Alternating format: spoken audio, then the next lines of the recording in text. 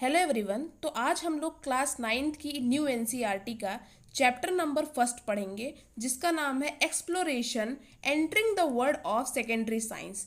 इस चैप्टर में हम लोग कोई भी क्वेश्चन आंसर नहीं पढ़ेंगे, ना ही थ्योरी पढ़ेंगे। इस चैप्टर में सिर्फ हमें ये बताया गया है कि साइंस को हम किन तरीकों से और अच्छे तरीकों से पढ़ सकते हैं और अच्छी तरीकों से साइंस के बारे में जान सकते हैं।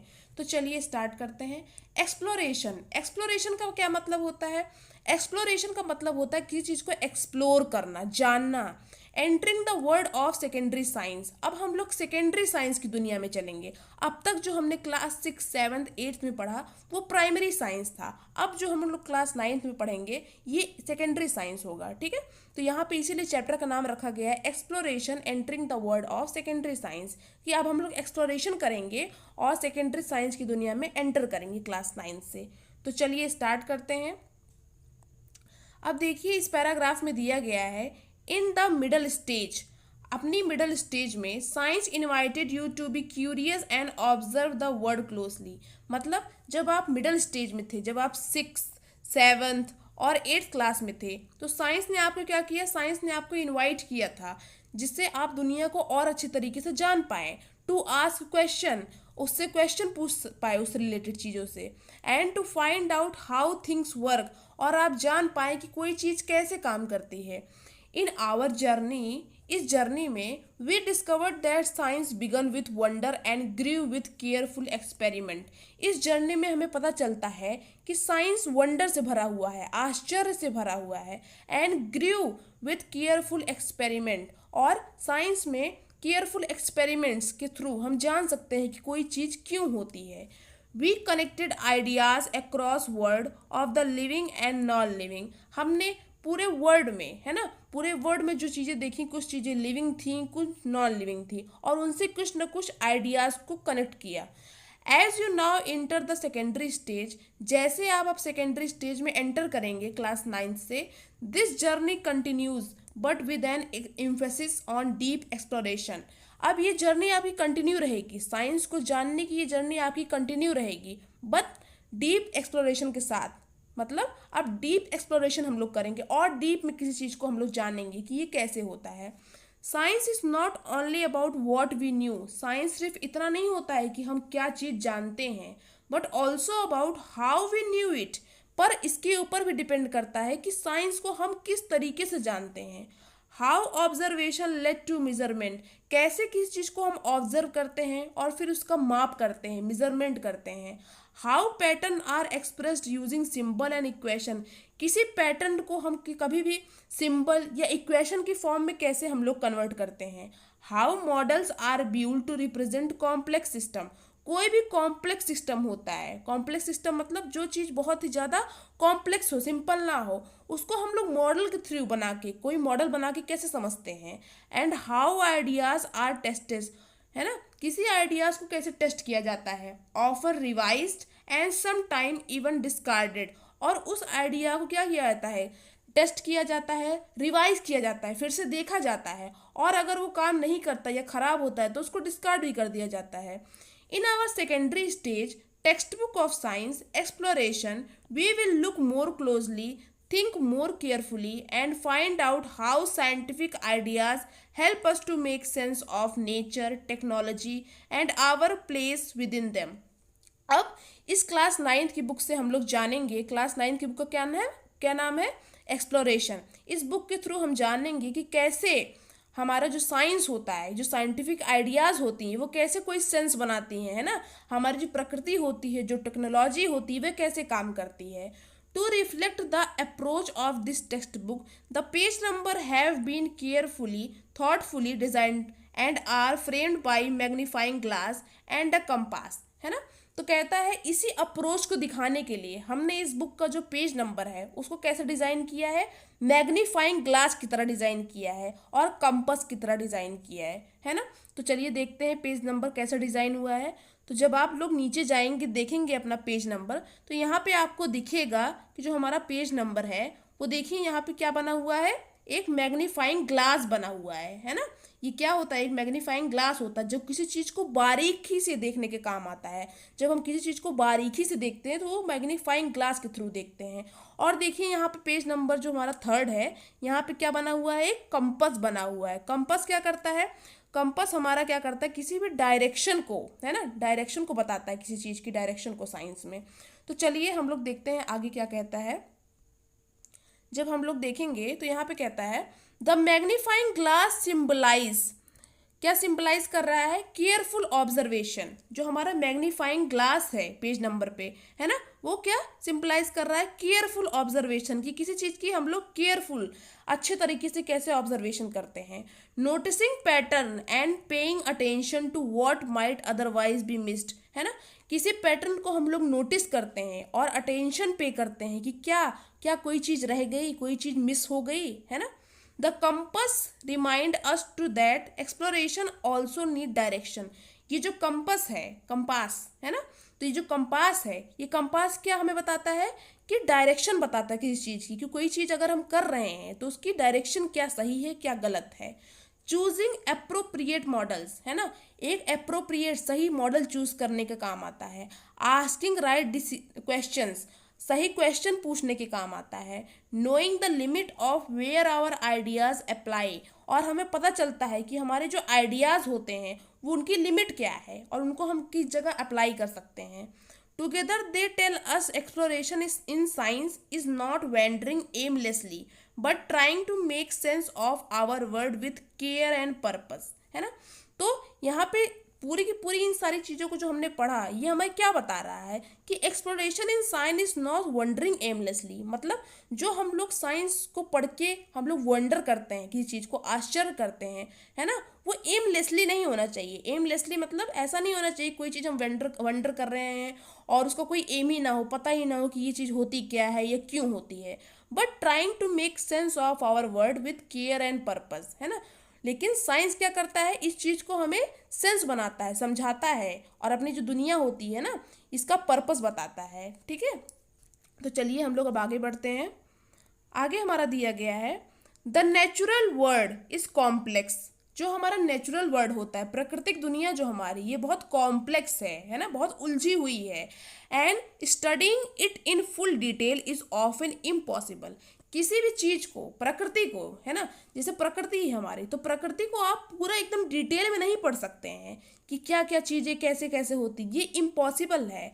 To make sense of this complexity science uses model. तो इसीलिए जो कॉम्प्लेक्स चीज़ें होती हैं इनका सेंस बनाने के लिए, इनको समझाने के लिए साइंस में मॉडल्स का यूज़ होता है, मॉडल बनाए जाते हैं, है ना।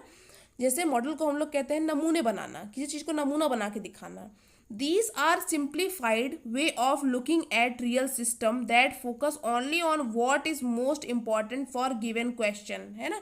इससे हमें पता चलता है ना, कि क्या चीज़ सबसे ज़्यादा इंपॉर्टेंट है। मॉडल जब हम किसी चीज़ का बनाते हैं, है ना, तो हमें पता चलता है कि इसमें क्या चीज़ सबसे ज़्यादा इंपॉर्टेंट है और वो एक सिंप्लीफाइड वे में किसी चीज़ को दिखाता है, किसी रियल चीज़ को। In physics a moving car may be represented as single point, while in chemistry atoms and molecules are drawn as pair and bonds।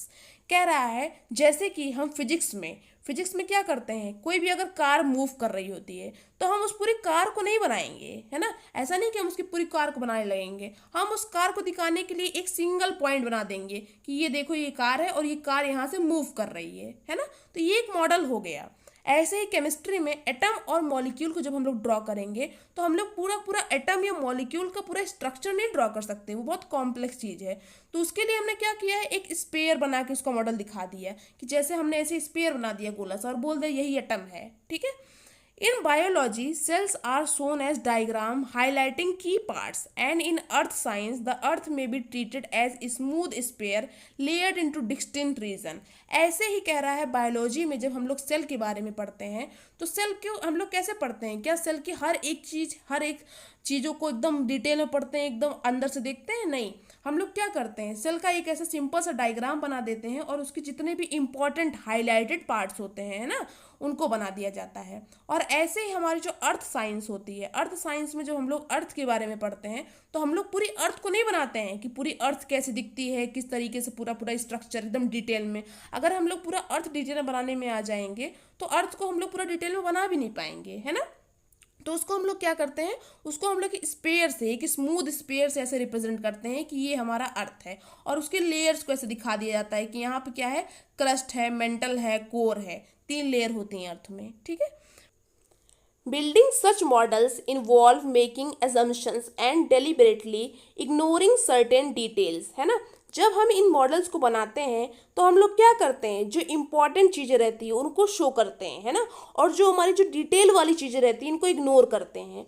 For example, when studying the motion of a falling object, air resistance may be neglected to understand the basic effect of gravity। कह रहा है जब हम किसी चीज़ को पढ़ते हैं, जैसे मान लो कोई ऑब्जेक्ट है ना, कोई ऑब्जेक्ट है वो क्या कर रहा है, फॉल कर रहा है, नीचे गिर रहा है, तो हम लोग यहाँ पे जब ग्रेविटी के बारे में पढ़ रहे हैं तो हम लोग सिर्फ ऑब्जेक्ट को देखते हैं और ग्रेविटी को देखते हैं। यहाँ पे जो बाकी चीज़ें होती हैं जैसे हवा, है ना, एयर रेजिस्टेंस, इसको हम लोग नेग्लेक्ट कर देते हैं, क्या है, इग्नोर कर देते हैं इसको, ठीक है। In biology, when studying how the heart pumps blood, many individual cells are ignored so that the organ can be understood as a functioning system। ऐसे ही जब बायोलॉजी में हम क्या पढ़ते हैं, हार्ट के बारे में पढ़ते हैं बायोलॉजी में, तो क्या हम लोग हार्ट के बारे में, हार्ट के सारे सेल्स को एक एक सेल्स के बारे में पढ़ते हैं, नहीं, हम लोग हार्ट के एक सिंपल स्ट्रक्चर के बारे में पढ़ते हैं और वो स्ट्रक्चर किस तरीके से काम करता है इसके बारे में पढ़ते हैं, जिससे हम लोग क्या समझ सके, हमारा मेन पर्पस होता है कि हार्ट की फंक्शनिंग कैसे हो रही है, हार्ट काम कैसे कर रहा है ना, जिससे हम लोग उसके मेन फंक्शन को समझ सकें। Remember that these choices are not mistake but they are done on purpose to keep things simple enough. कह रहा है ये जो चीज़ें हम लोग इग्नोर कर रहे हैं, इसको हम लोग क्या कर रहे हैं, मिस्टेक नहीं कर रहे हैं, किसी चीज़ को इग्नोर करके हम लोग मिस्टेक नहीं कर रहे हैं, हम लोग बस उसको सिंपल बनाने के लिए ये चीज़ें कर रहे हैं, जिससे हम लोग जो चीज़ें इंपॉर्टेंट हो उसको पढ़ सके सिर्फ साइंस में, but still allow us to find answer to what we are looking for, है ना। और जो चीज़ें हम पढ़ते हैं सिंपल में, वो हम किस लिए पढ़ते हैं, जिससे हमारा जो क्वेश्चन है उसका आंसर हम लोग आसानी तरीके से जान पाएँ, ठीक है।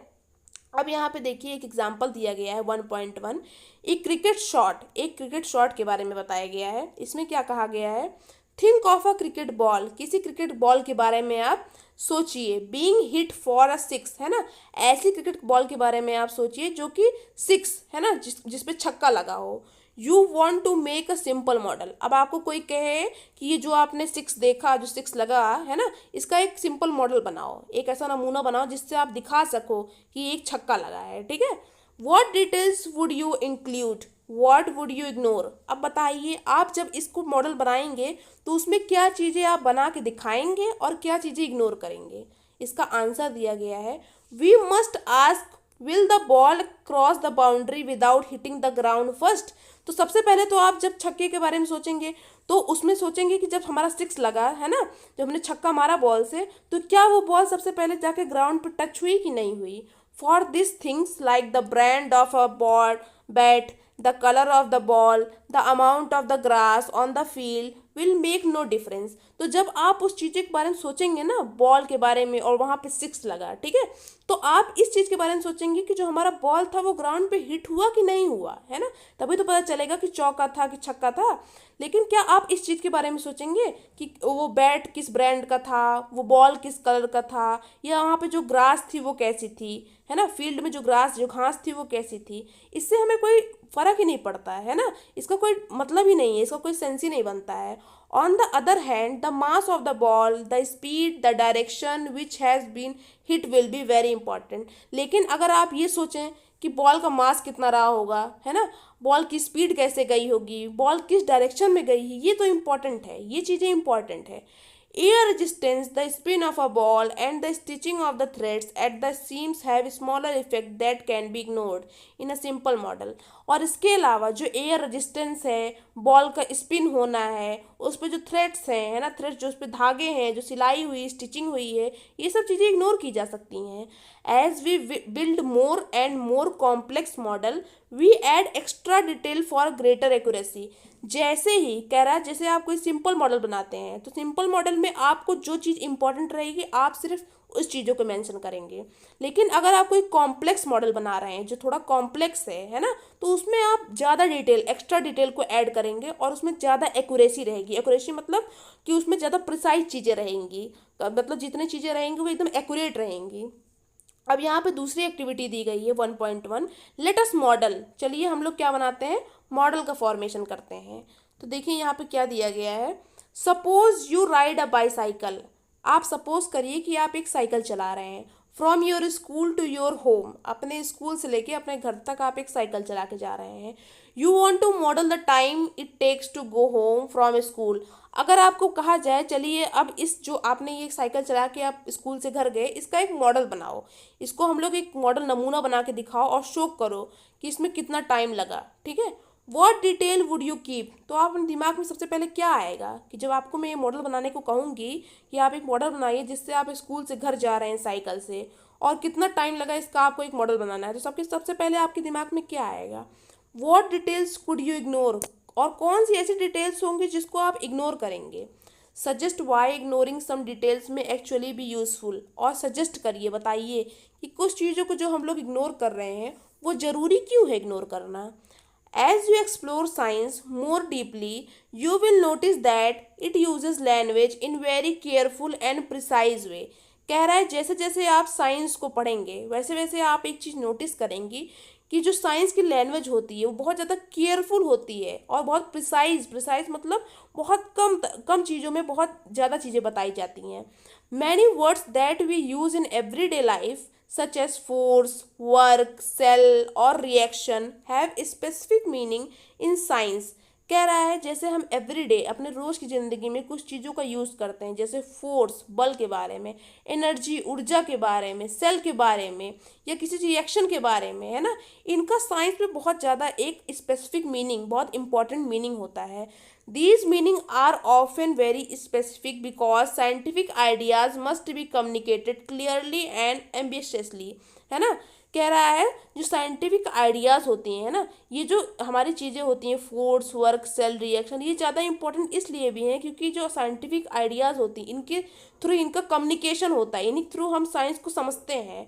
To allow scientist across the world to describe observation, है ना, और कैसे समझते हैं, scientist across the world to describe observation. Scientist क्या करते हैं, पूरे वर्ल्ड में ऑब्जर्वेशन करते हैं, किसी चीज़ को ऑब्जर्व करते हैं, उसके बाद क्या करते हैं, कंपेयर रिजल्ट्स, उनका रिजल्ट जो होता है उनको कंपेयर करते हैं कि क्या रिजल्ट निकला, एंड बिल्ड आइडियाज टुगेदर, और एक साथ मिलके फिर कोई आइडिया का फॉर्मेशन करते हैं। Science usage a shared language of these specific term, symbols and units.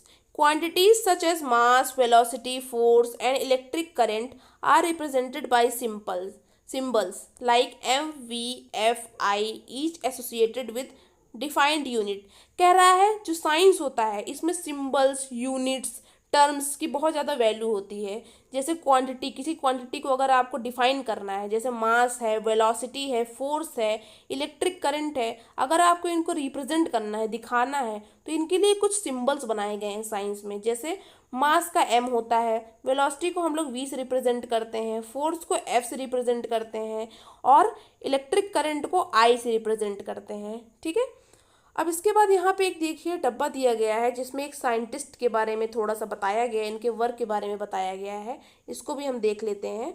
यहाँ पे देखिए इनका नाम है Meghnath Saha on an Indian postage stamp. तो ये पोस्ट स्टैम्प है, इस पे इनकी फोटो है, मेघनाथ साहा। इन्होंने क्या किया था, simplifying the stars, science often begin by ignoring details. When physicist Meghnath Saha studied the light तो जो मेघनाथ साहा थे, इन्होंने क्या कहा था, इन्होंने कहा था कि जो साइंस होता है, साइंस की शुरुआत ही यहीं से होती है कि जो डिटेल चीज़ें होती हैं, बहुत ज़्यादा छोटी छोटी चीज़ें होती हैं, इनको इग्नोर करना है ना। और ये क्या थे, एक फिजिसिस्ट थे, फिजिक्स पढ़ने वाले थे, फिजिक्स पढ़ाने वाले, फिजिक्स के बारे में बताने वाले साइंटिस्ट थे, है ना। इन्होंने क्या किया था, इन्होंने studied the light from stars, इन्होंने स्टार्स के थ्रू, तारों के थ्रू लाइट का क्या किया था, स्टडी किया था, लाइट के बारे में पढ़ा था।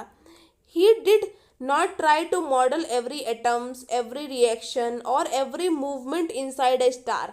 कह रहा है इन्होंने ऐसा नहीं किया था, जब इन्होंने लाइट के बारे में स्टडी करना शुरू किया था स्टार से, तो इन्होंने ऐसा नहीं किया था कि स्टार के हर एटम के बारे में पढ़ना शुरू कर दिया था, हर रिएक्शन के बारे में पढ़ना शुरू कर दिया था, ऐसा नहीं किया था। Instead he treated the matter in a star as a hot gas. इसके इसके अतिरिक्त इन्होंने क्या किया था कि जो स्टार है, स्टार के अंदर जितनी भी चीज़ें हैं, जितने भी मैटर थे, उनको क्या किया था, एक हॉट गैस की तरह ले लिया था। कि मतलब मान लिया था कि अगर ये स्टार है मान लो, तो स्टार के अंदर कोई जितनी चीज़ें हैं सब एक हॉट गैस है, एक गैस है ना। इग्नोर्ड मैनी कॉम्प्लेक्स प्रोसेसेस, इसकी स्टार के अंदर जितने भी प्रोसेसेस होती थी, जितने भी कॉम्प्लेक्स प्रोसेस होती थी, सबको इग्नोर कर दिया था। And focused only on temperature, pressure, how atom forced ion. तो इन्होंने क्या किया था, स्टार के अंदर की जितनी कॉम्प्लेक्स प्रोसेसेस थी इनको इग्नोर किया था, और किस पे फोकस किया था, सिर्फ टेम्परेचर पे फोकस किया था, प्रेशर पे फोकस किया था, and how atoms formed ions, और एटम्स आयन का फॉर्मेशन कैसे करती हैं, सिर्फ इस पे इस चीज़ को फोकस किया था। This simplification allowed him to explain how the colour of the star is deeply connected with their temperature. और यही सिंप्लीफिकेशन जो उन्होंने किया था, कुछ चीज़ों को इग्नोर करके उन्होंने जो सिर्फ क्या इंपॉर्टेंट चीज़ों को देखा था, और यही इंपॉर्टेंट चीज़ों को देखते हुए उन्होंने क्या एक्सप्लेन किया था कि जो हमारे स्टार्स होते हैं वो किस तरह डीपली कनेक्ट होते हैं टेम्परेचर से, है ना। कि जो स्टार का जो टेम्परेचर होगा और उनका जो कलर होगा वो एक दूसरे के ऊपर क्या करते हैं, डिपेंड करते हैं, एक दूसरे से कनेक्ट होते हैं। इसको इन्होंने क्या किया था, एक्सप्लेन किया था। अब चलिए आगे बढ़ते हैं। To make this even more precise, science often turn to mathematics to allow relationship between quantities to be expressed clearly and tested carefully. This can sometimes feel challenging, but it is important to remember that mathematics in science is not meant to be hurdle. कह रहा है अब इन सब चीज़ों को समझाने के लिए जो साइंस होती है वो क्या करती है, मैथमेटिक्स की भी हेल्प लेती है। और ये जो मैथमेटिक्स की साइंस हेल्प लेती है, ये कोई चैलेंजिंग चीज़ नहीं होती है, बल्कि बहुत ज़्यादा इम्पॉर्टेंट होती है साइंस को समझने के लिए। और ये साइंस में कोई भी हर्डल क्रिएट नहीं करती है, हर्डल मतलब कोई कठिनाई क्रिएट नहीं करती है, बल्कि साइंस को और ईजी बनाती है। Instead this it is a language that help us to think more clearly about the world. बल्कि क्या कह रहा है, मैथमेटिक्स ऐसी लैंग्वेज होती है जो कि हमें दुनिया के बारे में और अच्छे तरीके से जानने में मदद करती है। ठीक है, अब चलिए आगे बढ़ते हैं। An equation is not just a calculation tool. कोई भी अगर आपको इक्वेशन लिखी मिलती है, कोई इक्वेशन आपको दिखती है, तो वो सिर्फ कैलकुलेशन टूल नहीं होती है। It is a compact statement about how certain things are related. वो इक्वेशन बताती है कि कोई एक चीज़ दूसरी चीज़ से कैसे रिलेटेड होता है। ठीक है, फॉर एग्जाम्पल जैसे कि describing motion using quantities such as distance, time, velocity allow us to answer question about where an object will be later movement. कह रहा है जैसे कि अगर हमें मोशन के बारे में जानना है, तो मोशन के बारे में जानने के लिए कुछ क्वांटिटी होती है, जैसे डिस्टेंस के बारे में जानना पड़ेगा, टाइम के बारे में जानना पड़ेगा, और वेलोसिटी के बारे में जानना पड़ेगा। विदाउट डिस्टेंस, टाइम, वेलोसिटी हम मोशन को नहीं निकाल सकते हैं। ठीक है, और ये जो हमारी क्वांटिटीज होती है ना, ये हमें बताती हैं कि अब आगे कैसे क्या होगा, है ना, आगे का रिजल्ट डिफाइन करती हैं। In the same way mathematical expressions are use to describe rates of chemical reaction. ऐसे ही केमिस्ट्री में जब हम केमिकल रिएक्शन के बारे में पढ़ेंगे, तो वहाँ पे हम लोग देखेंगे जो हमारी मैथमेटिकल एक्सप्रेशंस होती हैं, मैथ्स होती है, ये कैसे डिफाइन करती है केमिकल रिएक्शन के रेट को, स्पीड को, है ना। पैटर्न्स ऑफ पॉपुलेशन ग्रोथ और change in energy with in a system. किसी सिस्टम के अंदर अगर पॉपुलेशन ग्रोथ हो रहा है या एनर्जी का चेंज हो रहा है, तो उसको हम लोग किस चीज़ से डिफाइन करेंगे, मैथ से डिफाइन करते हैं, मैथमेटिक्स से डिफाइन करते हैं। Learning to use mathematics in science does not means memorising equation. Science के अंदर मैथ्स पढ़ना मतलब ये नहीं होता है कि हमें किसी इक्वेशन के बारे में या किसी नंबर के बारे में लर्न करना है। It means understanding the situation first, identifying relevant quantities and then using mathematical relationship. इसका मतलब होता है कि सबसे पहले आप सिचुएशन को जानें कि सिचुएशन कैसी है, उसके बाद आइडेंटिफाई करें कि क्या क्वांटिटी है ना, मैथ की ऐसी कौन सी क्वांटिटी होती है जो इसको डिफाइन कर सकती है इस सिचुएशन को, and then using mathematical relationship, फिर उसमें आप मैथ का यूज़ करें। To reason carefully, in this way mathematics become a powerful language for thinking not just for finding numerical answer. इसी तरीके से मैथ्स एक पावरफुल लैंग्वेज हो सकती है साइंस को समझने की, है ना। सिर्फ न्यूमेरिकल या सवाल लगाने का तरीका नहीं होता मैथ से आप साइंस को अच्छे तरीके से और समझ सकते हैं। If you focus first on understanding the situation and the quantities involved, equation will be begin to feel less like obstacle and more like helpful guide in your exploration of science। कह रहा है जब आप किसी चीज़ को अच्छी तरह पहले समझेंगे और फिर उसमें मैथ लगाएंगे, मैथ की क्वांटिटी का यूज़ करेंगे और इक्वेशन बनाएंगे, तब आपको जो साइंस है या जो वो इक्वेशन है वो एक ऑब्स्टेकल की तरह नहीं लगेगा, एक कठिनाई की तरह नहीं लगेगा, बल्कि आपको एक हेल्पफुल गाइड, एक गाइड की तरह लगेगा कि हमें ये साइंस पढ़ने में और मदद कर रही है, साइंस को एक्सप्लोर करने में और मदद कर रही है मैथ्स। ठीक है, अब यहाँ पे देखिए एक और बॉक्स दिया गया है जिसमें बताया गया है थ्रेड्स ऑफ क्यूरोसिटी, है ना। इसमें क्या कहा गया है, why is the speed of light denoted by C. कह रहा है जब हम स्पीड ऑफ लाइट को डिनोट करते हैं, दिखाते हैं सिंबल, तो सी सिंबल दिखाते हैं। इसका क्या मतलब होता है, क्यों होता है ऐसा। Scientific symbol often come from history. कह रहा है जितने भी साइंटिफिक साइंस रिलेटेड जो सिंबल हम लोग बनाते हैं वो हिस्ट्री से आती है, हमारे इतिहास से आता है, and are based on international agreements not necessarily abbreviation of convenience. कह रहा है ये ऐसे ही नहीं आ जाता है कि हमें कोई सुविधा दिख रही है, किसी चीज़ में सुविधा दिख रही है कि लाओ इस चीज़ को ऐसे यूज़ कर लेते हैं और हमने यूज़ कर लिया, ऐसा नहीं होता है। ये इंटरनेशनल एग्रीमेंट्स होते हैं, है ना।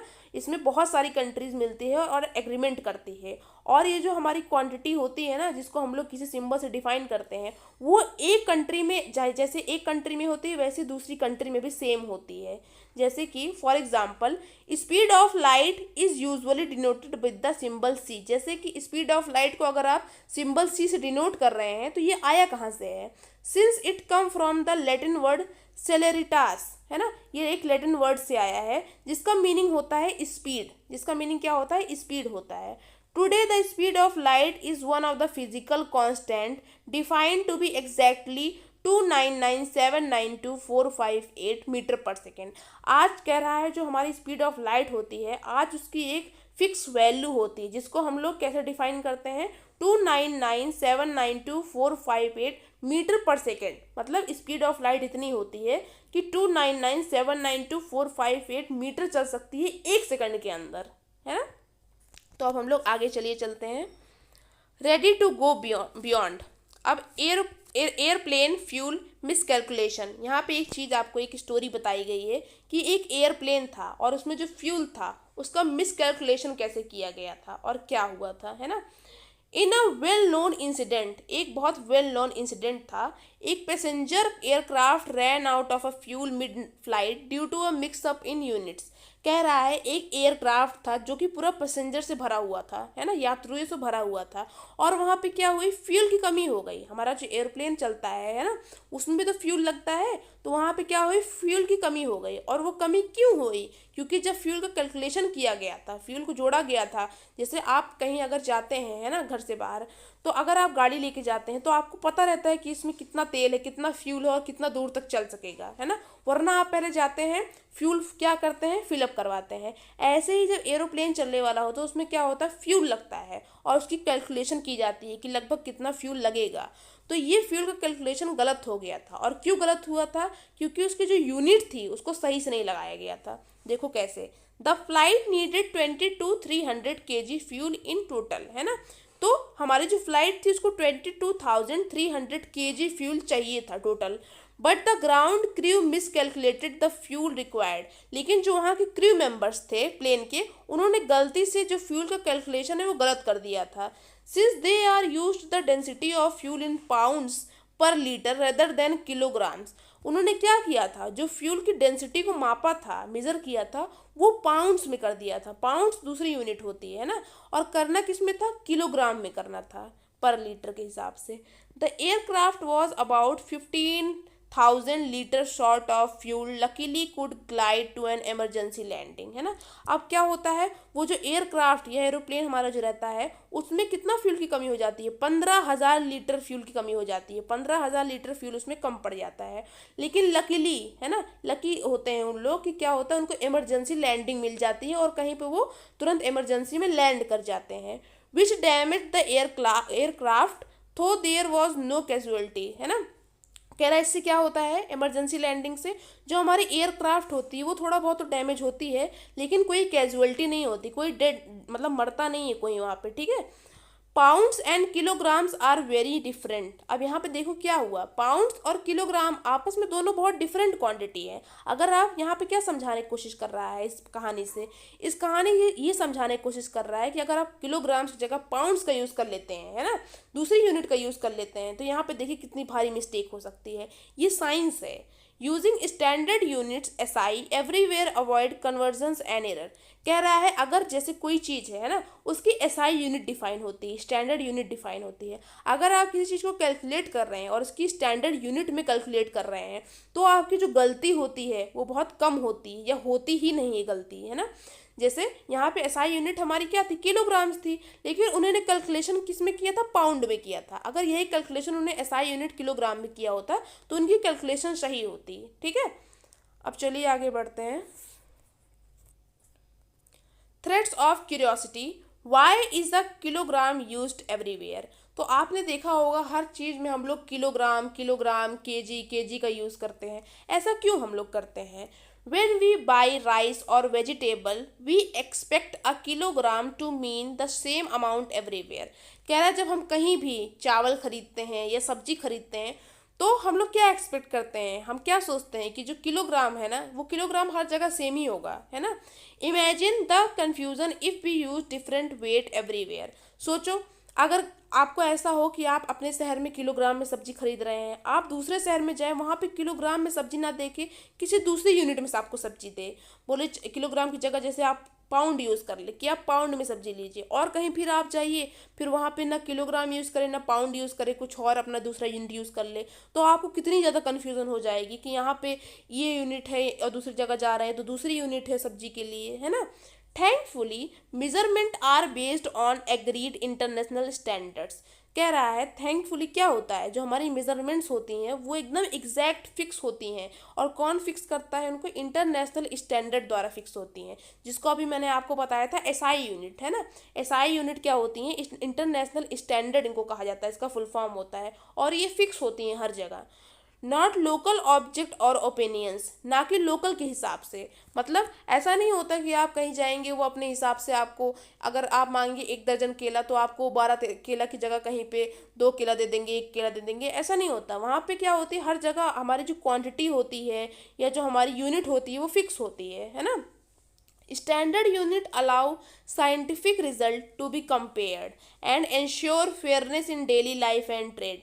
ये जो हमारी एसआई यूनिट होती है, स्टैंडर्ड यूनिट होती है, ये क्या हमें अलाउ करती है, किसी भी चीज़ का साइंटिफिक रिजल्ट देना और उसको आपस में कंपेयर करना, है ना, और इंश्योर करना कि हमारी जो डेली लाइफ है या जो हम लोग ट्रेड कर रहे हैं अपनी डेली लाइफ में, जो बिजनेस कर रहे हैं, उसमें क्या हो, फेयरनेस हो, उसको सही तरीके से किया जाए। अब चलिए आगे बढ़ते हैं। एज ऑब्जर्वेशंस आर रिपीटेड, जैसे जैसे आपने ऑब्जर्वेशन, किसी चीज़ को आप रिपीट करते हैं, किसी चीज़ को बार बार ऑब्जर्व करते हैं, मेजरमेंट रिफाइंड, मेजरमेंट को क्या किया जाता है, रिफाइंड किया जाता है ना, फिर से उसको देखा जाता है। And ideas tested through experiment we can organise our understanding of the world in a systematic way. तो कह रहा है अगर जैसे आप कोई चीज़ ऑब्जर्व करते हैं तो सबसे पहले आप क्या करते हैं, ऑब्जर्वेशन करते हैं, और उस ऑब्जर्वेशन को फिर से रिपीट करते हैं, फिर से देखते हैं, फिर उस चीज़ का मेजरमेंट बनाते हैं, है ना, उस चीज़ को मेज़र करते हैं, और उसके बाद उसको टेस्ट करते हैं किसी एक्सपेरिमेंट के थ्रू, उसको एक सिस्टमेटिक वे में समझने के लिए। In a secondary stage, you will come across terms such as laws, theories, principle. कह रहा है अब जो हम ये सेकेंडरी साइंस पढ़ रहे हैं क्लास 9th में, इसमें आपको बहुत सारे क्या मिलेंगे, बहुत सारे नए टर्म्स मिलेंगे। जैसे आप लॉस के बारे में पढ़ेंगे, थ्योरीज के बारे में पढ़ेंगे, प्रिंसिपल्स के बारे में पढ़ेंगे। The term that have a specific meaning in science, इन सब टर्म का साइंस के अंदर बहुत ही एक स्पेसिफिक, एक एग्जैक्ट मीनिंग होता है। जैसे कि law, a law usually describe a regular pattern observed in nature, often expressed using word और मैथमेटिकल रिलेशनशिप। जैसे कि लॉ, लॉ क्या होता है? लॉ को जब हम किसी चीज़ को कहते हैं कि ये चीज़ के लिए लॉ बना है, इसका मतलब उसको हमने नेचर को ऑब्जर्व करके, नेचर के एक रेगुलर पैटर्न को ऑब्जर्व करके लॉ बनाया हुआ है, ठीक है। और उसको हम लोग किस में एक्सप्रेस करते हैं? वर्ड के थ्रू एक्सप्रेस करते हैं या मैथमेटिकल क्वांटिटी के थ्रू एक्सप्रेस करते हैं। फॉर एग्जाम्पल, जैसे कि समझने के लिए एक एग्जाम्पल दिया गया है, Newton's law of motion. Newton का एक लॉ है, न्यूटन एक साइंटिस्ट है, उनका एक लॉ है law of motion. Explain the jerk failed when a bus stop suddenly. इन्होंने बताया है कि जब कोई बस अचानक से स्टॉप हो जाती है तो हमें झटका लगता है, जर्क लगता है ना। तो ये इन्होंने किसके थ्रू बताया है? एक लॉ बना के बता दिया है कि लॉ ऑफ मोशन में ऐसा क्या होता है, जब बस स्टॉप होती है तो हमें झटका लगता है। ये एक रेगुलर पैटर्न है, जब भी बस स्टॉप होगी तभी हमें झटका लगेगा। ये एक रेगुलर पैटर्न बन चुका है, इसको ऑब्जर्व करके इन्होंने लॉ ऑफ मोशन का फॉर्मेशन किया है, ठीक है। अब चलिए आगे बढ़ते हैं। अब थ्योरी क्या होती है? A theory goes to a step further and provide an explanation. तो लॉ क्या हो गया? लॉ तो हमारा कोई एक रेगुलर पैटर्न हो गया। अब थ्योरी उस पैटर्न को एक्सप्लेन करती है आगे, है ना, of why those pattern occur, वो पैटर्न हुआ क्यों, वो पैटर्न बार बार रिपीट क्यों हुआ, ये थ्योरी एक्सप्लेन करती है। Usually based on evidence gathered over time and available at that time, है ना। और थ्योरी किस चीज़ से इसको क्या करती है, एक्सप्लेन करती है? एविडेंस के बेस पे, मतलब किस चीज़ को ऑब्जर्व करने के बेस पे, और अवेलेबल एट दैट टाइम, है ना। और कोई चीज़ उस टाइम पे क्या चीज़ अवेलेबल है, इसके ऊपर उस थ्योरी क्या करती है, लॉ को डिफाइन करती है। For example, atomic theory explain how molecules are formed. तो जब हम लोग एग्जाम्पल देखते हैं कि एटॉमिक थ्योरी, एक एटॉमिक थ्योरी दी गई है, उसमें बताया गया है कि मॉलिक्यूल का फॉर्मेशन कैसे हुआ है ना। तो एटॉमिक थ्योरी क्या थी? एक लॉ थी, और उसका एक्सप्लेनेशन कि मॉलिक्यूल का फॉर्मेशन उसमें कैसे हुआ, ये एक थ्योरी हो गई, ठीक। अब इसके बाद होते हैं principles. Principle are broad ideas that help us to make sense in a given situation. कह रहा है प्रिंसिपल क्या होते हैं? कुछ आइडियाज़ होते हैं, है ना। वो ऐसे आइडियाज़ होते हैं जो किसी सिचुएशन में हमें क्या करते हैं, किसी चीज़ का सेंस बनाने में हेल्प करते हैं, किसी चीज़ को समझने में हेल्प करते हैं। For example, the principle of conservation of energy being applied when climbing up the stair, है ना। Principle of conservation of energy होती है एक, है, ठीक है। और वो कब अप्लाई की जाती है? जब आप कोई सीढ़ी चढ़ रहे हो, क्लाइंबिंग स्टेयर, जब आप सीढ़ी चढ़ रहे हो तो वहाँ पे principal of conservation of energy लगती है, ठीक है। तो वो ये आइडिया है। अब चलिए आगे बढ़ते हैं। Do remember that in science, है ना, a theory does not means a guess और एन अनटेस्टेड आइडियाज, है ना। कह रहा है साइंस में थ्योरी का मतलब ये नहीं होता कि आप कोई गेस मार देते हैं, है ना, या कोई ऐसा आइडिया जिसको आपने कभी टेस्ट ही ना किया हो और उसको थ्योरी बता दी हो, ठीक है, लॉ की। It is an explanation based on careful testing and critical examination. ये एक केयरफुल एक्सप्लेनेशन होता है और इसको पूरा टेस्टिंग द्वारा बनाया जाता है, इसको एग्जामिन करके, है ना। These ideas are always open to improvement and often change as new evidence become available। कह रहा है ऐसा नहीं होता है कि थ्योरी, अगर आपने कोई थ्योरी बता दी हो तो वो थ्योरी फिक्स हो जाती है, ऐसा नहीं होता है। थ्योरी हमेशा चेंज हो सकती है। अगर आप कोई न्यू चीज़ देखते हैं, आपको कोई न्यू प्रूफ मिलता है उस थ्योरी के प्रति, तो आप उसको चेंज भी कर सकते हैं, है ना, उसमें चेंज हमेशा अवेलेबल रहता है। दिस इज़ अ की feature of a science that make is reliable. और साइंस का एक ये की फीचर होता है, विज्ञान में एक बहुत अच्छी चीज़ होती है कि जैसे आपने कोई चीज़ नहीं ऑब्जर्व की तो उसको आप क्या कर सकते हैं, चेंज कर सकते हैं, है ना। और ये साइंस को और अच्छा बनाता है। One of the most remarkable strength of science is its ability to make prediction. एक और चीज़ होती है जो कि होती है प्रेडिक्शन। साइंस में प्रेडिक्शन होती है, प्रेडिक्शन मतलब भविष्यवाणी होती है, जो कि साइंस को और स्ट्रांग बनाती है। कैसे? When laws, theories, models are well established, they allow us to anticipate what will happen under new और डिफरेंट कंडीशन। कह रहा है जब हम किसी चीज़ के बारे में लॉ बना लेते हैं, थ्योरी का बना लेते हैं, उसका एक्सप्लेनेशन दे देते हैं या और उसका मॉडल बना लेते हैं, है ना, कि वो दिखता कैसे, होता कैसे है ना, तो उसका एक हम रेगुलर पैटर्न जान जाते हैं कि किस तरीके से ये होता है, और अगर इस तरीके से ये नहीं होगा तो और किस तरीके से हो सकता है ना। तो उस टाइम पे हम क्या कर सकते हैं, किसी भी चीज़ का प्रिडिक्शन कर सकते हैं, मतलब भविष्यवाणी एक बना सकते हैं। जैसे अगर हमने देख लिया है कि इस टाइम पे, जैसे हम अपने घर में देखते हैं कि जून जुलाई के टाइम पे बारिश होती है, ठीक है, तो एक रेगुलर पैटर्न बन गया है कि जून जुलाई के टाइम पे उस टाइम बारिश होती है, बारिश होती है। तो हम लोग अगले साल, एक साल पहले से ये बता सकते हैं कि अगले महीने मतलब अगले साल किस महीने में बारिश होगी, जून जुलाई के टाइम में बारिश होगी। तो वहाँ पे क्या हुआ, लॉज, थ्योरी, मॉडल सब कुछ बन चुके हैं, है ना, और हम लोग उसको प्रेडिक्ट कर पा रहे हैं, मतलब उसकी भविष्यवाणी पहले से कर पा रहे हैं कि अगले साल इस टाइम पे क्या होगी, बारिश होगी। तो साइंस में हम लोग प्रेडिक्शन भी कर सकते हैं, ठीक है। Before we can perform an experiment and in many cases even if we can not perform an experiment, कह रहा है कभी कभी हम एक्सपेरिमेंट से पहले भी भविष्यवाणी कर सकते हैं कि इस एक्सपेरिमेंट में होगा क्या, है ना। Using ideas about motion we can predict how far a kicked ball will travel. जैसे कि अगर हमको मोशन का आइडिया है, मोशन के बारे में हमने पढ़ा है ना, तो हम लोग प्रेडिक्ट कर सकते हैं, भविष्यवाणी कर सकते हैं कि अगर कोई बॉल, अगर हम पैर से खूब तेज से किक करते हैं, मारते हैं कोई फुटबॉल को, तो वो कितनी दूर तक जाएगा, है ना। हम लोग कहते नहीं है कि अगर चलो ये बॉल मारूंगी मैं, उतना दूर तक जाएगा, ये इतनी दूर तक जाएगी, ठीक है। तो ये कैसे हम लोग प्रेडिक्ट करते हैं, ये हम लोग अपने मोशन या साइंस के थ्रू, है ना, मोशन की थ्योरी पढ़ के साइंस के थ्रू हम लोग इसको प्रेडिक्ट कर सकते हैं। Using knowledge of chemical reaction, we can estimate how much carbon dioxide will be produced। अगर हमने कोई केमिकल रिएक्शन के बारे में पढ़ा है ना, उसको देखा है, समझा है, तो हम लोग थोड़ा बहुत तो बता ही सकते हैं, एस्टिमेट बता ही सकते हैं कि अब ये जो केमिकल रिएक्शन हो रहा है इसमें कितनी मात्रा में कार्बन डाइऑक्साइड प्रोड्यूस होगी, और how soft a baked bread would be. अगर आप ब्रेड का फॉर्मेशन कर रहे हैं ना, बेक्ड कर रहे हैं, ब्रेड को बेक कर रहे हैं, तो हम लोग बता सकते हैं कि ये ब्रेड कितना मुलायम बनेगा, यूजिंग बायोलॉजिकल प्रिंसिपल, बायोलॉजी के थ्रू, ठीक है। We can predict how one's breathing would change while running. या अगर हमने जैसे ब्रीथिंग के बारे में पढ़ा है, सांस लेने के बारे में पढ़ा है, तो हम लोग बता सकते हैं कि जब हम लोग रनिंग करेंगे, दौड़ेंगे, तो सांस तेज हो जाएगी या धीरे होगी, तो इसको हम लोग प्रेडिक्ट कर सकते हैं, भविष्यवाणी कर सकते हैं, ठीक है। Remember that these predictions are not guess. आपको ये रिमेंबर, ये ध्यान होना चाहिए, जो प्रेडिक्शन हो रही है ये कोई गेस नहीं होता है, तुक्का नहीं होता है कि हम कोई तुक्का मार दे रहे हैं। They are reasoned expectations based on the evidence and careful thinking. ये क्या होते हैं, हमारी एक्सपेक्टेशंस होती हैं, और ये किस पे बेस्ड होती हैं, एविडेंस पे, जिस किसी चीज़ को हमने देखा हो, कोई चीज़ हमने प्रूफ की हो, है ना, और केयरफुल थिंकिंग, और अपनी सोच से हम ये चीज़ बनाते हैं, ये कोई गेस नहीं होता है। When predictions match observations, confidence in the underlying science grow।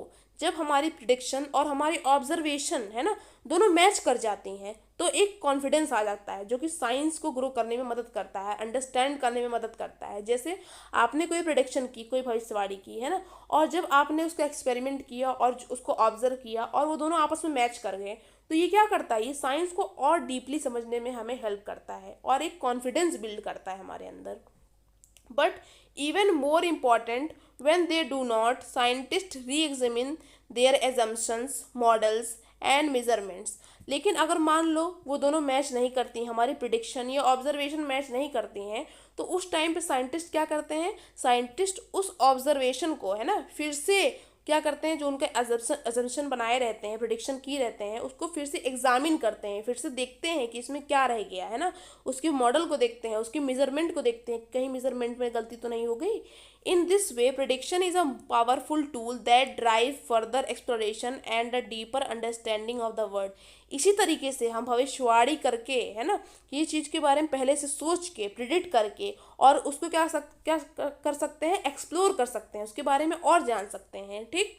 जैसे मान लो कोई नई चीज़ हमारे पास है ना, आप अगर उस नई चीज़ के बारे में हम कुछ नहीं जान रहे हैं और उसको देख के, उसके मॉडल को देख के, या कैसा दिखता है, क्या काम कर सकता है, उसके बारे में हमने कुछ प्रिडिक्ट किया, है ना, और फिर उसके साथ एक्सपेरिमेंट किया, तो अगर हमारा एक्सपेरिमेंट और जो हमने उसके बारे में प्रिडिक्ट किया था वो सेम निकल जाता है ना, तो ये बहुत हमें हेल्प करता है साइंस को डीप लर्निंग करने में। और मान लो अगर वो चीज़ मैच नहीं करती है, वो हमारी ऑब्जर्वेशन जो थी, है ना, और जो हमारा प्रिडिक्शन था वो दोनों मैच नहीं करता है, तो हम लोग क्या करेंगे, दोबारा उस चीज़ को जानने की कोशिश करेंगे कि नहीं ये चीज़ गलत है, तो ये इस तरीके से नहीं होगी, ये दूसरे तरीके से होगी, ठीक है। तो एक प्रिडिक्शन जो होता है ये बहुत पावरफुल टूल बन जाता है साइंस को समझने के लिए, ठीक। अब यहाँ पे देखिए एग्जाम्पल 1.2 दिया गया है, जिसमें क्या बताया गया है, how do we check prediction, कैसे हम लोग अपनी जो प्रिडिक्शन होती है उसको चेक कर सकते हैं, है ना। तो यहाँ पे देखिए दो फ्रेंड की कहानी है। वर्षा टोल्ड हर फ्रेंड मेघना, वर्षा ने अपनी फ्रेंड मेघना से कहा, it will rain this afternoon because the cloud look dark. तो वर्षा क्या कहती है अपने फ्रेंड मेघना से, कहती है कि आज दोपहर में बारिश होगी, क्यों क्यों होगी बारिश, क्योंकि क्लाउड्स जो बादल हैं वो घने दिख रहे, काले दिख रहे हैं, है ना। थिंक ऑफ सम क्वेश्चंस मेघना could ask Varsha to make this prediction scientifically testable. अब ऐसे कुछ क्वेश्चन के बारे में सोचिए जो मेघना वर्षा से पूछ सकती है, और क्यों पूछ सकती है कि वर्षा की जो प्रिडिक्शन है ना, वो साइंटिफिक तरीके से है कि नहीं है, और उसने क्या सोच की प्रिडिक्शन ये चीज़ बोली है। तो ऐसी क्या चीज़ें मेघना उससे पूछ सकती हैं, कुछ साइंटिफिक क्वेश्चन के बारे में सोचिए। तो इसका आंसर है good scientific question will look for miserable evidence and past patterns. तो अगर आप कोई साइंटिफिक क्वेश्चन पूछते हैं, है ना, तो गुड साइंटिफिक क्वेश्चन वहीं से बनेगा जहाँ से अगर आपने किसी चीज़ को पहले से किसी चीज़ के प्रूफ को देखा हो, है ना, एविडेंस को देखा हो, या कोई पैटर्न को एक ऑब्जर्व किया हो, तभी आप कोई साइंटिफिक क्वेश्चन एक बन सकता है ना। क्वेश्चंस विद सिंपल यस और no are usually not so useful. अगर कोई ऐसा क्वेश्चन है जिसमें सिर्फ यस या नो का जवाब दिया जा रहा है, तो वो बहुत ज़्यादा यूजफुल नहीं होगा साइंस को समझने के लिए। मेघना could ask Varsha question like these are just examples, what are the condition of sky when it rained the last time. अब मेघना क्या पूछ सकती है वर्षा से कि तुमने अगर ऐसा बोला है तो ऐसी क्या पिछली बार जब बारिश हुई थी तो ऐसी क्या क्या कंडीशन थी बादल में जो देख के तुमने ये बोला है ना। What is the humidity today, आज का जो ह्यूमिडिटी है, जो हमारे हवा में नमी है ना, वो नमी कितनी मात्रा में है। Was it above 80% last time it rain, कह रहा है कि जितनी पहले ह्यूमिडिटी थी, जब पहले वर्षा हुई थी, जितनी पहले ह्यूमिडिटी थी वो क्या उससे क्या 80% ज़्यादा है आज की humidity. What is today's wind speed direction, आज की विंड हवा की स्पीड क्या है और उसकी डायरेक्शन क्या है ना, किस डायरेक्शन में हवा चल रही है। Is it the temperature dropping like it did before the recent rain, क्या पहले जब बारिश हुई थी तो क्या टेम्परेचर ऐसे ही ड्रॉप किया था, मतलब नीचे गिरा था। Questions like these ask about miserable data and past patterns which go beyond mayor cloud look dark, है ना। ऐसे क्वेश्चन जब मेघना वर्षा से पूछेगी तो ये क्वेश्चन बहुत ज़्यादा इंपॉर्टेंट हो जाते हैं ऐसे क्वेश्चन से जिसमें बोला गया था सिर्फ कि क्लाउड डार्क दिख रहे हैं, वर्षा ने बोल दिया था क्लाउड डार्क दिख रहे हैं, है ना। तो ऐसे क्वेश्चन बहुत ज़्यादा इंपॉर्टेंट हो जाएंगे पूछने के लिए जब सिर्फ ये बोला जाए कि क्लाउड बहुत ज़्यादा डार्क दिख रहे हैं, है ना। तभी हम इस चीज़ को डीपली समझ पाएंगे कि क्यों ऐसा बोला गया, क्या ऐसी ऑब्जर्वेशन थी पहले की, क्या ऐसा पैटर्न था जिससे हम ये चीज़ समझ सकते हैं, ठीक। अब चलिए हम लोग आगे बढ़ते हैं। उससे पहले हम लोग ये थोड़ा सा एक बॉक्स दिया गया है पॉज एंड पॉन्डर, इसके बारे में जान लेते हैं। Think of a prediction you and your family made recently, एक प्रिडिक्शन के बारे में, है ना, कोई प्रिडिक्शन के बारे में आप सोचिए, मतलब कोई भविष्यवाणी के बारे में आप सोचिए जो आप और आपकी फैमिली ने बनाया हो। जैसे for example the outcome of a cricket match, किसी क्रिकेट मैच के बारे में आप सोचिए। जैसे आप सोचते नहीं कि क्रिकेट मैच ये वाली टीम जीतेगी या ये वाली टीम जीतेगी, तो कोई प्रिडिक्शन ऐसा हो, ठीक है। Was it based on evidence and reasoning और मेनली ऑन गेस वर्क, तो क्या आपने वो जो प्रिडिक्शन किया है वो किसी एविडेंस पे, कोई प्रूफ पे बेस होता है या ऐसे ही आप गेस मार देते हैं। How can scientific thinking improve such prediction, और अगर आपने ऐसे गेस मार दिया है तो आप साइंटिफिक थिंकिंग के थ्रू इस प्रिडिक्शन को कैसे इम्प्रूव कर सकते हैं, है ना। तो इसमें आप क्या कर सकते हैं, जैसे अगर आपने किसी क्रिकेट मैच को देखा हो और आप उसकी प्रिडिक्शन लगा रहे हो और पहले भी वो टीम जीत चुकी हो मैच, उससे पहले भी जीत चुकी हो, 2-4 बार एक पैटर्न, रेगुलर पैटर्न बन चुका हो कि टीम 1 बार जीती, 2 बार जीती, 3 बार जीती, है ना। तो आप उसका क्या देख रहे हैं, एविडेंस, एक प्रूफ देख रहे हैं, उसके बेस पे आपने अगर बोला है ना, तो हो सकता है आगे की वो टीम फिर से जीते, दोबारा जीते, है ना। लेकिन अगर आपने कोई ऐसे गेस मार दिया हो कि नहीं ये टीम अच्छी लग रही है तो ये जीतेगी, ये नहीं अच्छी लग रही है तो ये नहीं जीतेगी, है ना, तो वो कोई, उसका कोई मतलब नहीं है ना, वो कोई साइंटिफिक आउटकम आपको नहीं दिखा रहा है, ना ही हो सकता है कि आपका जो रिजल्ट होगा वो उससे मैच भी न करे, ठीक है। तो चलिए आगे बढ़ते हैं। Ready to go beyond, why do weather forecast sometime go wrong, आपने देखा होगा बहुत बार जो मौसम है ना, जो मौसम विभाग वाले होते हैं वो क्या बताते हैं, वेदर के बारे में बताते हैं, मौसम के बारे में बताते हैं, और वो अक्सर गलत निकल जाता है। क्यों ऐसा होता है? Weather depend on many changing factor. जो वेदर होता है, हमारा मौसम होता है ना, ये डिपेंड करता है बहुत सारे फैक्टर पे, जैसे कि टेम्परेचर पे डिपेंड करता है, प्रेशर पे, ह्यूमिडिटी क्या है, और विंड की स्पीड क्या है, ठीक है। Weather forecast use measurement and models but in very tiny difference in condition can grow over time and lead to something completely different, है ना। तो जो हमारे वेदर फोरकास्ट वाले होते हैं वो किसके बेसिस पे वेदर को बताते हैं? मेजरमेंट के बेसिस पे बता देते हैं, मॉडल बना के उसके बेसिस पे बता सकते हैं, है ना। लेकिन जैसे कि हमने पढ़ा था कि जब हम साइंस को पढ़ते हैं या उसके बारे में जानते हैं तो उसमें हम लोग मेजरमेंट के थ्रू, मॉडल्स के थ्रू उसके बारे में समझते हैं, ना कि बहुत ज़्यादा छोटी छोटी डिटेल्स के बारे में समझते हैं, है ना। और उन्हीं मेजरमेंट और मॉडल्स के थ्रू ही हम प्रिडिक्शन बताते हैं। तो वेदर फोरकास्ट वाले क्या करते हैं? हमारा प्रिडिक्शन ही तो बताते हैं कि कल का मौसम कैसा होगा, परसों का मौसम कैसा होगा, तो वो इस मेजरमेंट और मॉडल के बेसिस पे बताते हैं। लेकिन जो छोटी छोटी चीज़ें उनके अंदर चल रही होती हैं, हमारे एटमॉस्फेयर के अंदर छोटी छोटी चीज़ें चल रही होती हैं जिसको हम लोग साइंस में इग्नोर कर देते हैं, है ना, वही चीज़ थोड़ा सा डिफरेंस बना देती है। और क्या होता है, जो हमारा रिजल्ट होता है वो कंप्लीटली डिफरेंट हो जाता है। जो उन लोग ने बताया है रिजल्ट, उससे पूरा पूरा डिफरेंट हो जाता है। क्यों? क्योंकि थोड़ा सा कहीं डिफरेंस हो जाता है हमारे क्या एटमॉस्फेयर में, उसकी वजह से। This is why forecasts are usually reliable for a few hours or even a few days, but less certain further into future. इसीलिए क्या होता है, जो हमारा वेदर फोरकास्ट होता है ना, ये कुछ घंटे या कुछ दिन के लिए ये सही दिखाता है कि चलो अभी ये टाइम चल रहा है, इन्होंने उसी हिसाब से बता दिया, कुछ घंटे के लिए, कुछ दिन के लिए। लेकिन अगर आप बहुत लंबे टाइम के लिए देखेंगे कि चलिए 1 महीने के बाद देख लेते हैं वेदर, या 1 हफ्ते बाद देख लेते हैं, तो वो सेम नहीं होता है, इसी वजह से, ठीक है। Even the most successful scientific theories, है ना, इसके अलावा कह रहा है बहुत सारे जो साइंटिफिक थ्योरीज होती हैं जिसके बारे में बताया जाता है, have limits and may fail when new condition are explored और when measurement become more precise. कह रहा है बहुत बार ऐसा होता है कि हम लोग बहुत सारी थ्योरी के बारे में पढ़ते हैं, है ना, साइंटिफिक थ्योरी जो साइंटिस्ट ने बनाई होती है, उसमें भी क्या होता है, गलतियां आ जाती हैं, उसमें भी लिमिटेशंस आ जाती हैं और वो थ्योरी फेल कर जाती है ना। क्यों? क्योंकि उसमें हम लोग और चीज़ों के बारे में एक्सप्लोर कर लेते हैं, ठीक है। Such failures are not weakness of science. तो क्या ये जो चीज़ें फेल हो जाती हैं, जो साइंटिस्ट बनाए रहते हैं, अगर कोई थ्योरी फेल हो जाती है तो क्या वो साइंस की वीकनेस से, कमजोरी है? नहीं, वो साइंस की कमजोरी नहीं होती है। In fact they are its greatest strength. बल्कि वो कमजोरी नहीं, साइंस की एक स्ट्रेंथ होती है, एक मजबूती होती है। When prediction do not match observation, scientists do not reject ideas based on opinion or belief, but only on evidence. तो जब कोई चीज़ फेल हो जाती है, जब कोई प्रिडिक्शन उन्होंने की होती है और उनके ऑब्जर्वेशन से मैच नहीं होता है, तो साइंटिस्ट अपने आइडिया को रिजेक्ट नहीं करते हैं कि मैं इस आइडिया को रिजेक्ट कर देता हूँ, ये आइडिया ही खराब है, या जिस चीज़ में वो बिलीव कर रहे हैं कि नहीं ये चीज़ हो सकती है, उसको ही रिजेक्ट कर देते हैं कि नहीं ये चीज़ हो ही नहीं सकती है। वो इस एविडेंस को रिजेक्ट करते हैं। एविडेंस मतलब जो चीज़ उन्होंने जो प्रूफ देखा है ना, जो चीज़ उनके सामने है, उसको रिजेक्ट करते हैं कि ये दिख रहा है, इसका मतलब ये हो सकता है ये चीज़ उसके लिए गलत हो, है ना। लेकिन वो अपने आइडिया को रिजेक्ट नहीं करते हैं, ठीक है, कि ये आइडिया ही हमारा गलत है। No scientific theory is ever final and none is beyond question. आज तक ऐसी कोई साइंटिफिक थ्योरी नहीं बनी है जो कि एकदम फाइनल हो, कि आप किसी भी साइंस की ऐसी थ्योरी को कह ही नहीं सकते हैं कि हाँ यही थ्योरी साइंस के ऊपर अप्लाई करती है, 100% ये थ्योरी अप्लाई करेगी, इसके अलावा कुछ और थ्योरी बनी नहीं सकती है। साइंस में ऐसा नहीं होता है ना। और ना ही कोई थ्योरी ऐसी होती है जिसमें आप क्वेश्चंस नहीं पूछ सकते हैं कि क्यों, किस लिए होता है, ठीक है। This openness to being corrected by nature itself and what has allowed science to help us in understanding the world we live in, है ना।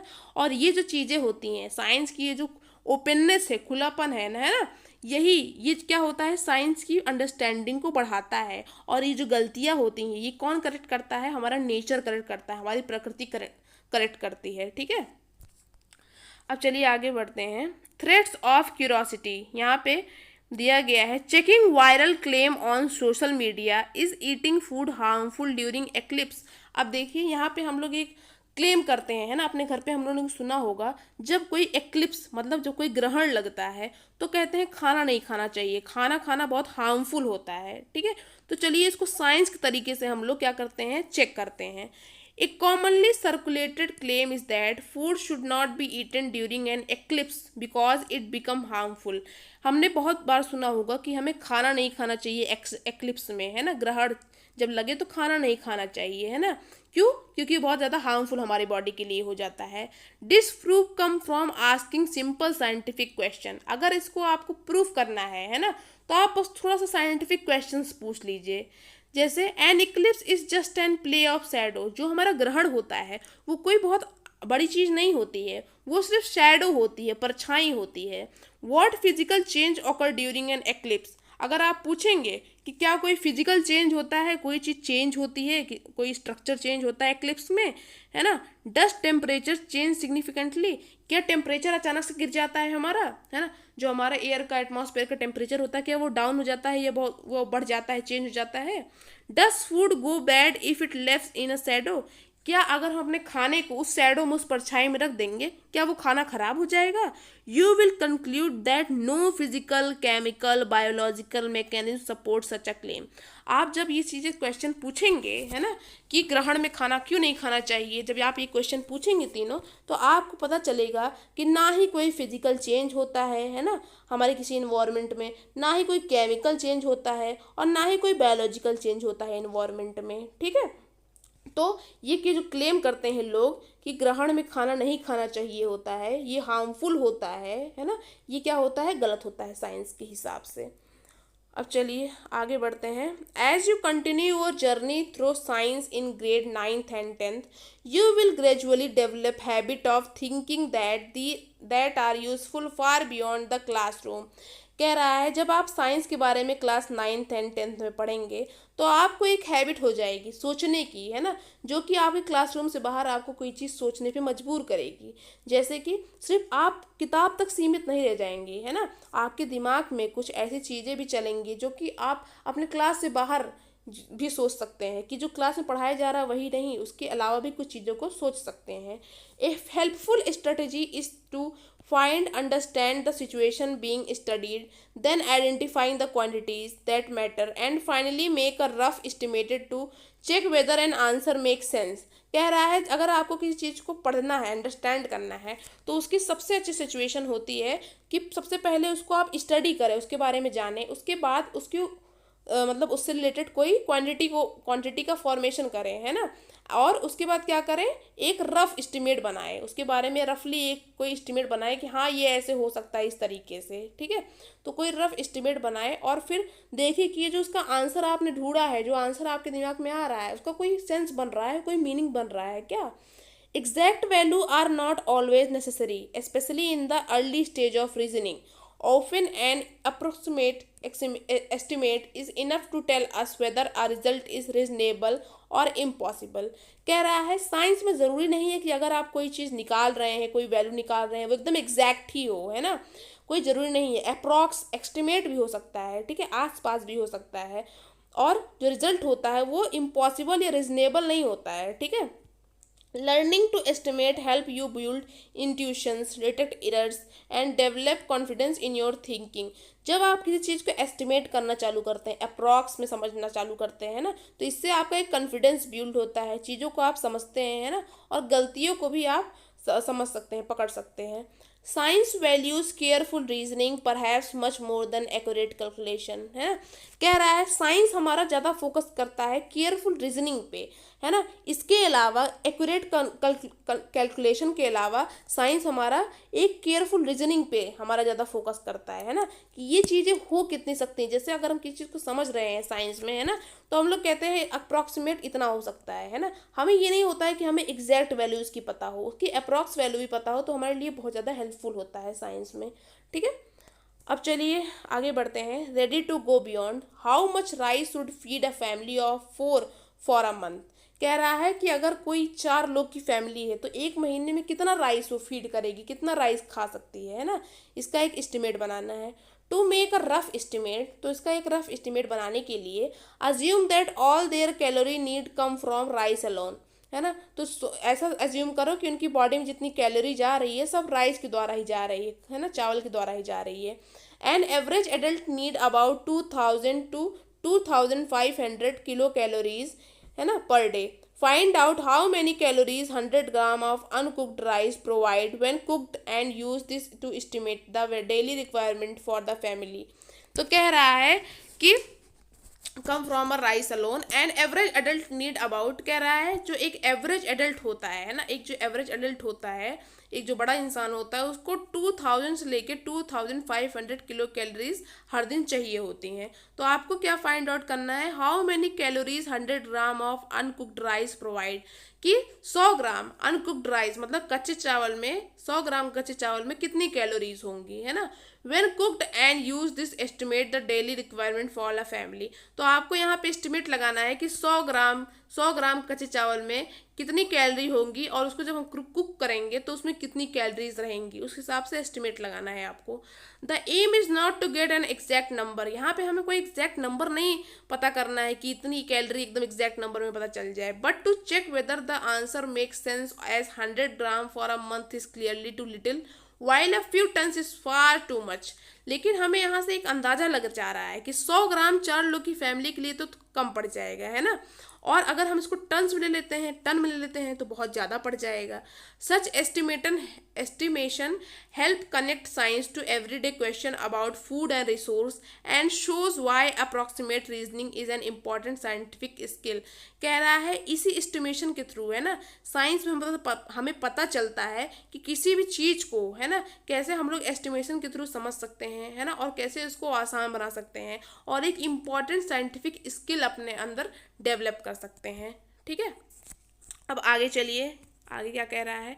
यहाँ पे एक एग्जाम्पल दिया गया है, एग्जाम्पल 1.3 एस्टिमेट. अब यहाँ पे आपको एस्टिमेट निकालना है, अप्रॉक्स निकालना है. How many litre of air you breathe in one day. आप कितना लीटर हवा आप ब्रीथ कर लेते हैं, मतलब सांस ले लेते हैं एक दिन में. Start by estimating how many breath you take per minute.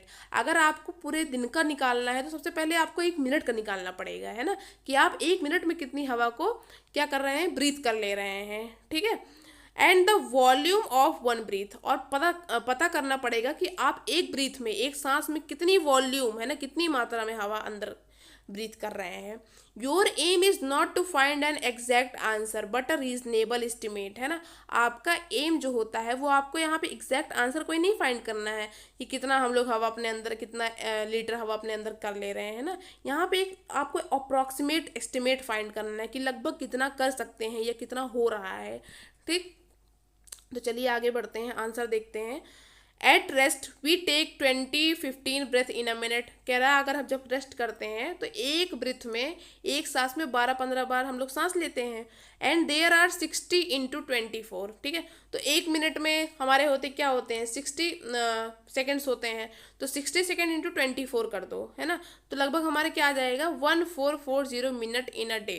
ठीक है, तो अगर आप 24 आवर्स होते हैं, 60 सेकेंड होते हैं, अगर आप दोनों को मल्टीप्लाई कर देते हैं तो हमारा 1440 मिनट्स हमारा एक दिन में निकल आता है. सो वी टेक रफली 18 to 22,000 ब्रीथ. तो अगर आप इसको आप मल्टीप्लाई कर देते हैं 12 to 15 ब्रीथ अप्रॉक्स लेके, तो हमारा 18 to 22,000 ब्रीथ निकल आएगा, है ना, एक दिन का. अबाउट 20,000 ब्रीथ अ डे, मतलब लगभग 20,000 ब्रीथ, है ना, 20,000 बार सांस हम लोग एक दिन में ले रहे हैं. We also need to find the volume of air in one breath. अब हमें जानना है कि जो सांस हम जो ले रहे हैं वो कितना ले रहे हैं, है ना, उसके वॉल्यूम के बारे में जानना है. One way to estimate this to think that it takes about 4-5 breath to fill a typical rubber party balloon, है ना, which when inflated has a volume of about 2 litres. कह रहा है इससे हम एस्टिमेट कर सकते हैं किस चीज़ से. जैसे आप एक कोई पार्टी बैलून ले लीजिए, कोई गुब्बारा ले लीजिए, उस गुब्बारे के फुलाने के लिए आपको 4 से 5 बार ब्रीथ करना पड़ता है ना, और उस गुब्बारे का वॉल्यूम लगभग 2 लीटर होता है, कि 2 लीटर हवा उसमें जा सकती है. So one breath is perhaps 0.5 litre. तो इस हिसाब से एक ब्रीथ का अगर आप निकालेंगे तो लगभग 0.5 लीटर हवा आप, है ना, अंदर लेते हैं. Hence we breathe in about 10,000 litre of air a day.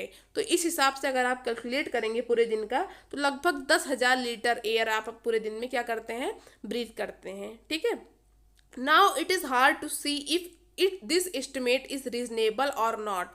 अब ये जो एस्टिमेट होता है ना, ये सही है कि नहीं, ये बहुत हार्ड होता है हमें समझने के लिए। But if we go back to our balloon example, one could blow up a balloon in about 20 seconds, so maybe we could fill 3 balloon in a minute. Multiplying 3 balloon into 2 liters upon balloon into 1440 minute day will give about 8640 liter, which estimate for estimation purpose is reasonably close to your earlier estimate 10,000, है ना। तो जब आप इसको calculate करते हैं पूरा का पूरा, तो हमारा जो हमने एस्टिमेट लगाया था 10,000 का, है ना, उसके अप्रॉक्स से निकल के आता है हमारा calculation. Naturally we would get extremely tired very quickly after blowing balloons non stop unlike normal restful breathing, है ना। कह रहा है नेचुरली क्या होगा, हम लोग बहुत ज़्यादा थक जाएंगे इतने सारे बलून्स को नॉन स्टॉप ब्लो करने के लिए, है ना, फुलाने के लिए, है ना, बिना ब्रीथिंग मतलब बिना रेस्ट किए, है ना, रेस्टफुल ब्रीथिंग के। अब चलिए आगे देखते हैं। यहाँ पे दिया गया पॉज एंड पॉन्डर। इसमें पूछा गया describe one situation where an approximate answer is good enough and one where would you need a exact value. कह रहा है ऐसी 2 सिचुएशन के बारे में बताइए। ऐसी एक सिचुएशन बताइए जिसमें आप कोई अप्रॉक्सीमेट चीज़ें बताएं और वो चल जाए, वहाँ पे उस सिचुएशन में काम आ जाए। और कोई ऐसी चीज़ बताइए जहाँ पे एकदम हमें एग्जैक्ट वैल्यू चाहिए हो किसी चीज़ की, है ना।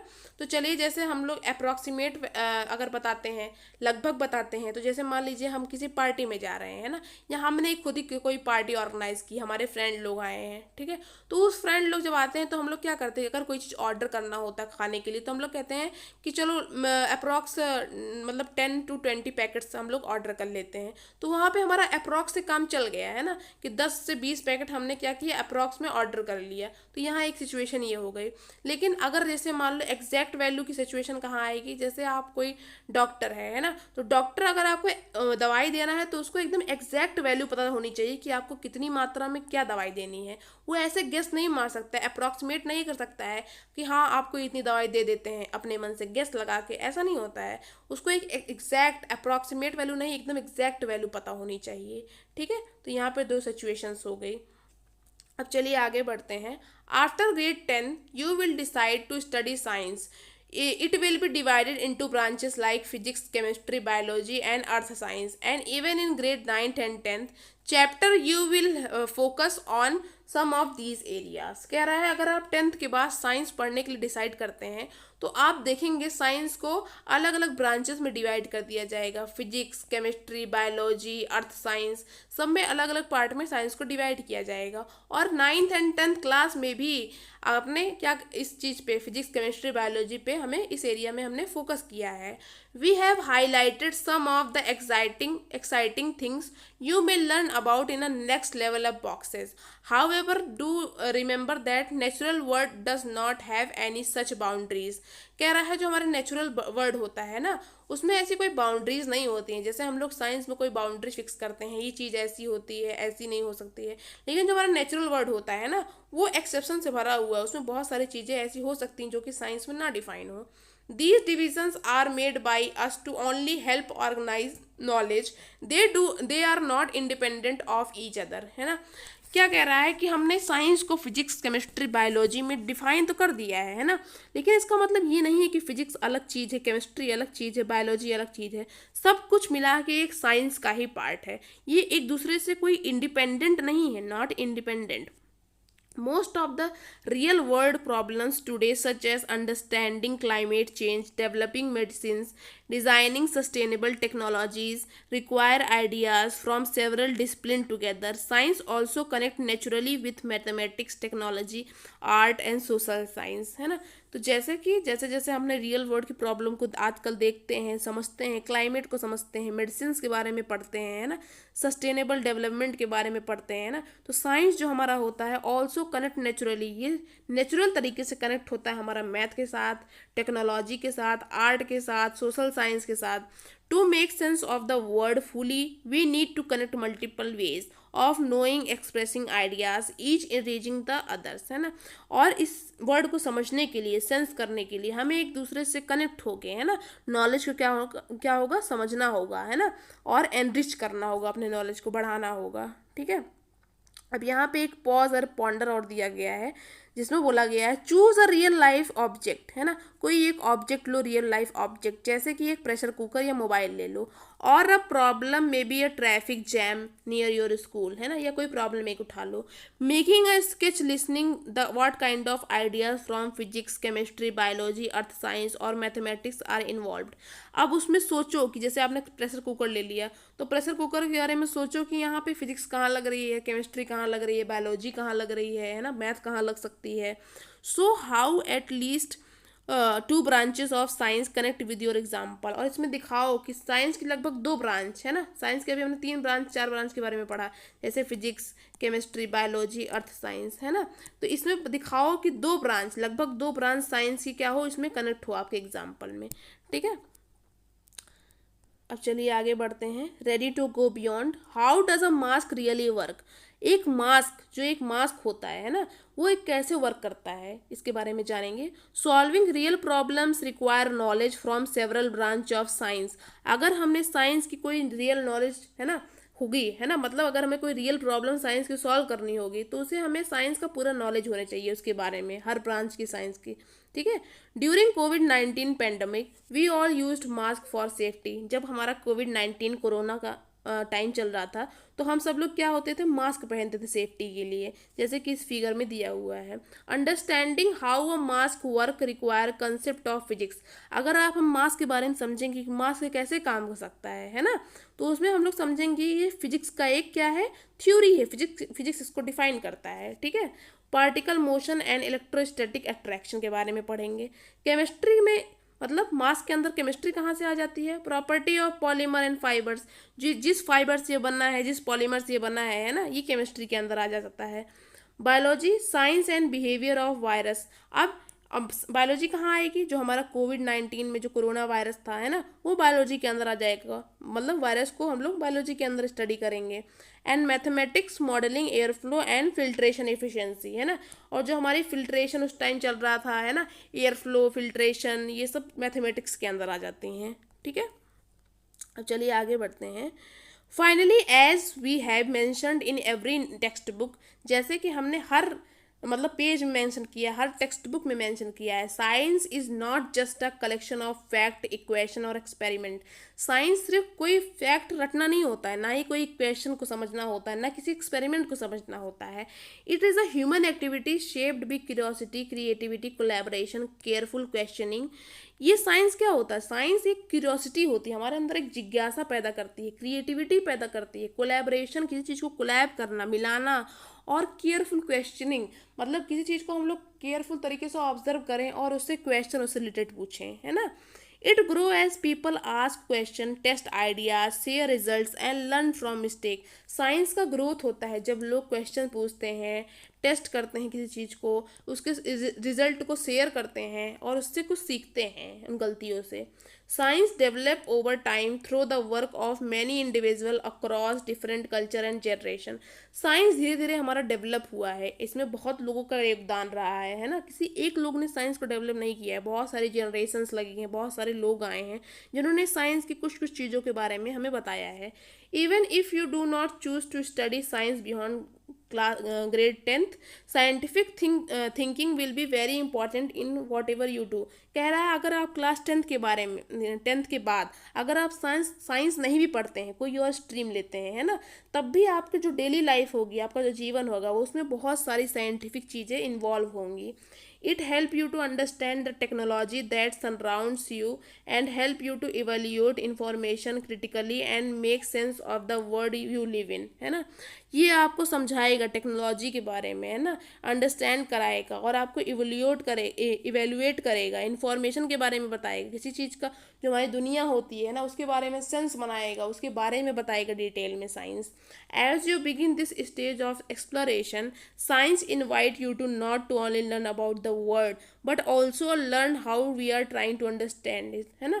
तो अगर ये जो चैप्टर या जो बुक हम पढ़ रहे हैं एक्सप्लोरेशन, है ना, इसमें सिर्फ हमें इनवाइट किया गया है इसलिए, ना कि इसलिए कि मतलब साइंस को हम ये जाने कि ये क्यों होता है, बल्कि इसलिए भी कि हम उसको अच्छी तरीके से समझें, है ना।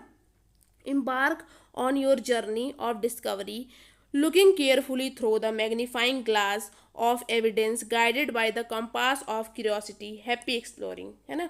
तो इससे आप अपनी जर्नी स्टार्ट कीजिए, साइंस को पढ़िए, साइंस को समझिए, है ना। और इस तरीके से समझिए जैसे आपने मैग्नीफाइंग ग्लास के बारे में पढ़ा था कि मैग्नीफाइंग ग्लास क्या करता है, डिटेल में किसी चीज़ को देखता है, डिटेल में किसी चीज़ को दिखाता है, ठीक है। और कंपास क्या करता है, एक सही डायरेक्शन दिखाता है। तो ऐसे ही आप मैग्नीफाइंग ग्लास की तरह, है ना, एविडेंस को देखिए, साइंस को समझिए, और जो हमारा कंपास होता है ना, जो डायरेक्शन दिखाता है ना, उसके थ्रू आपके मन में और क्यूरियोसिटी हो और आप सीखिए और समझिए साइंस के बारे में। हैप्पी एक्सप्लोरिंग, ठीक है। तो यहाँ पे आपका चैप्टर ख़त्म हो जाता है। अब इसके बाद हमारा है चैप्टर नंबर 2 सेल, इसको हम अगले लेक्चर में डिस्कस करेंगे। Thank you very much.